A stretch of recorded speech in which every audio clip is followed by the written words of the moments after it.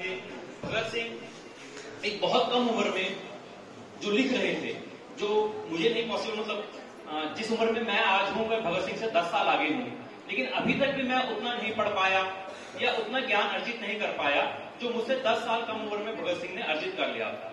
तो हमें एक चीज बहुत समझ के रखनी होगी, जब हम भगत सिंह के बारे में कोई बात कर रहे हैं या भगत सिंह के बारे में कुछ सोच रहे हैं, हम सोच रहे हैं कि भगत सिंह क्या सोचता, तो हमें जो उसने लिखा है भगत सिंह ने वो पढ़ना चाहिए।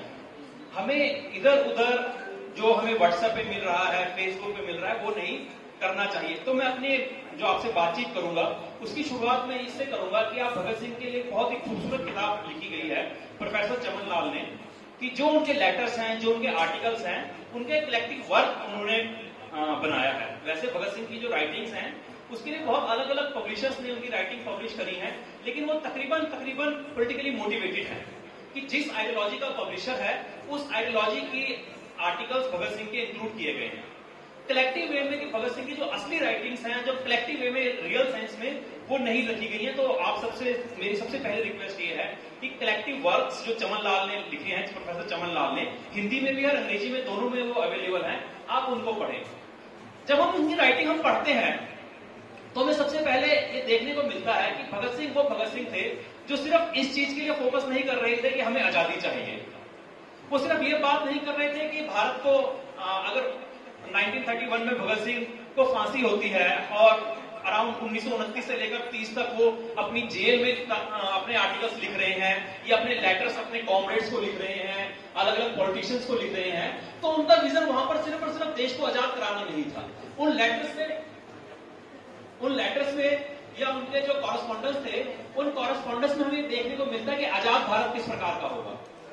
एक चीज पे वो बिल्कुल श्योर थे कि कुछ समय बाद भारत को आजादी होगी, लेकिन उस आजादी में भारत क्या होगा, एक सबसे बड़ा सवाल भगत सिंह के सामने था। तो उन्हीं कुछ सवालों को मैं आपके सामने रखना चाहता हूं और मेरा प्रयास आपको इस फॉर्म में रखना है कि हम ये जान पाए कि आज के समय भगत सिंह किस प्रकार रिलेवेंट है। तो सबसे पहला जो सवाल भगत सिंह को पढ़ने के दौरान माइंड में आता है वो है कम्युनल हार्मनी, सांप्रदायिक सौहार्द। जिस भारत में आज हम रह रहे हैं उस भारत में दुर्भाग्य से अलग अलग कम्युनिटीज के बीच टेंशन बहुत ज्यादा हो गई है, धर्म के आधार पर, लैंग्वेज के आधार पर, रीजन के आधार पर, इन बेसिस पर कम्युनल टेंशन बहुत ज्यादा हो गई है। और इसके बारे में भगत सिंह ने हमें उसी समय चेतावनी दे दी थी कि किस प्रकार लाहौर में जो रॉयट्स हुए हैं वो रॉयट्स क्यों हुए हैं।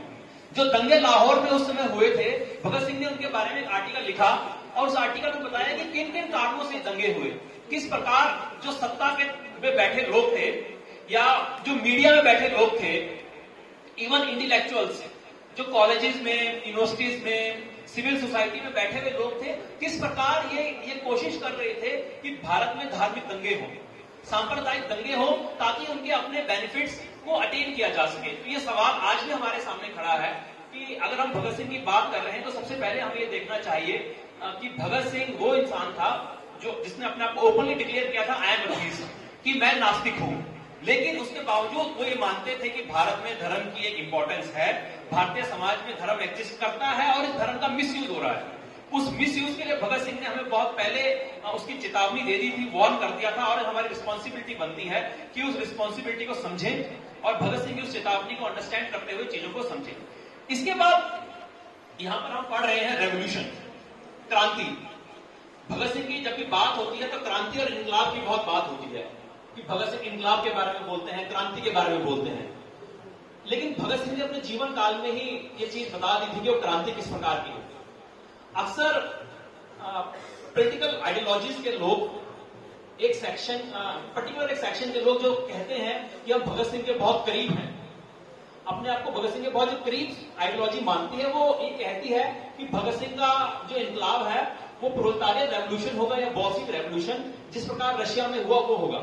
लेकिन भगत सिंह ने जब एडिटर्स को अपनी एक लेटर लिखी, जब उनकी पेशी हो रही थी, उस पेशी में जब उन्होंने डाउन डाउन इंपीरियलिज्म की बात करी तो उस समय और लॉन्ग लिव रेवोल्यूशन की बात करी, तो अखबार ने एक आर्टिकल छापा कि भगत सिंह रेवोल्यूशन की बात कर रहे हैं और ये रेवोल्यूशन इस प्रकार का रेवोल्यूशन है।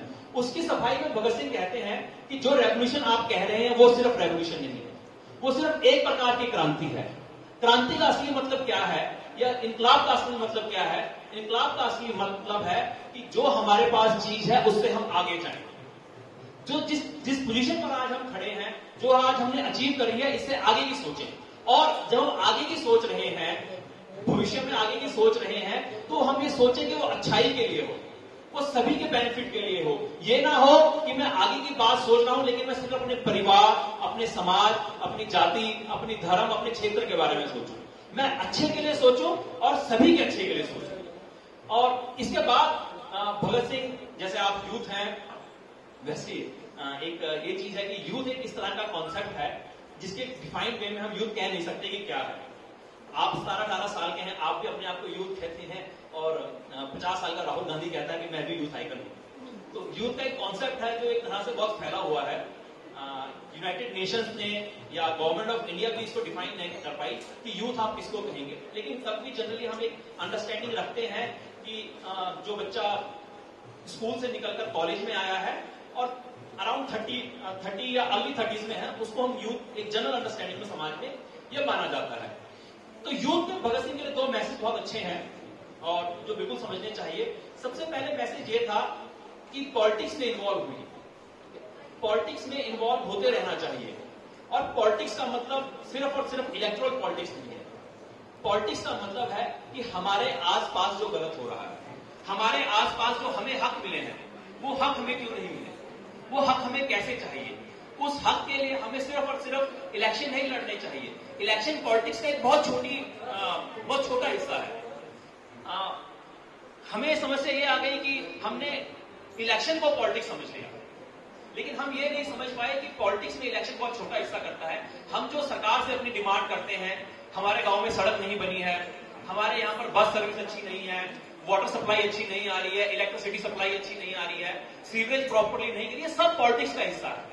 तो भगत सिंह हमें लगातार बता रहे थे कि हमें पॉलिटिक्स करनी है, पॉलिटिक्स में लगातार पार्टिसिपेट करना है। और उस समय भगत सिंह की जो जिस पॉलिटिक्स की बात भगत सिंह कर रहे थे, वो पॉलिटिक्स थी देश को आजाद कराना और एक आजाद भारत में एक अच्छा भारत बनाना, जिस भारत में सभी को उनका हक मिले। और इसके बाद जो लास्ट पॉइंट बहुत इंपॉर्टेंट है कि भगत सिंह के बारे में जो उन्होंने अपने आर्टिकल्स में भी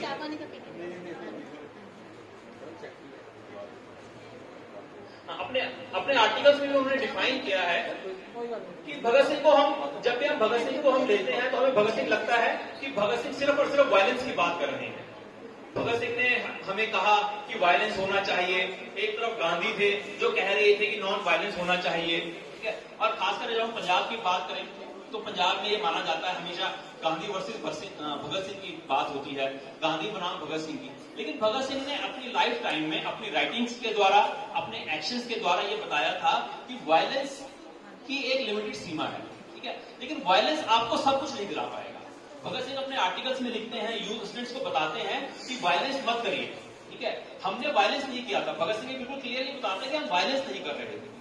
हम वहां पर सिर्फ और सिर्फ बॉम्ब जो उन्होंने घेरा वो बिल्कुल कैलकुलेटेड वे में, साइंटिफिकली कैलकुलेटेड वे में उन्होंने बॉम्ब घेरा कि उस बॉम्ब से सिर्फ किसी की जान को नुकसान ना हो। वो अपने आर्टिकल में लिखते हैं कि जिस असेंबली में उन्होंने बॉम्ब घेरा उस असेंबली में इंडियन लीडर्स भी थे। तो क्या भगत सिंह अपने आप से सवाल पूछते हैं कि क्या बॉम्ब घेरकर हम भारत के लोगों को मारना चाहते थे? नहीं, वो सिर्फ उस बॉम्ब का इस्तेमाल उन्होंने सिर्फ इसलिए किया ताकि लोगों को पता लगे कुछ लोग विरोध कर रहे हैं। और उस बॉम्ब के बाद उन्होंने अपनी बातें लोगों तक पहुंचाई। तो एक ये अंडरस्टैंडिंग बहुत क्लियर होनी चाहिए कि जो एक भ्रांति फैल गई है कि भगत सिंह जो है हमेशा वायलेंस की बात करते हैं। भगत सिंह कह रहे थे कि आप उसके लड़ाई करिए, ये करिए, उस तरह की बात भगत सिंह बिल्कुल नहीं करते हैं। बिल्कुल वो मानते हैं कि नॉन वायलेंस की अपनी एक रिलेवेंस है। और आखिर में मैं सिर्फ आपसे ये कहना चाहूंगा कि कभी भी ये ना सोचें कि भगत सिंह गांधी का विरोधी था, ठीक है। कांग्रेस के कई ऐसे लीडर्स थे, खुद गांधी और भगत सिंह के बीच बहुत पत्राचार हुआ था, बहुत कॉरेस्पॉन्डेंस हुआ था।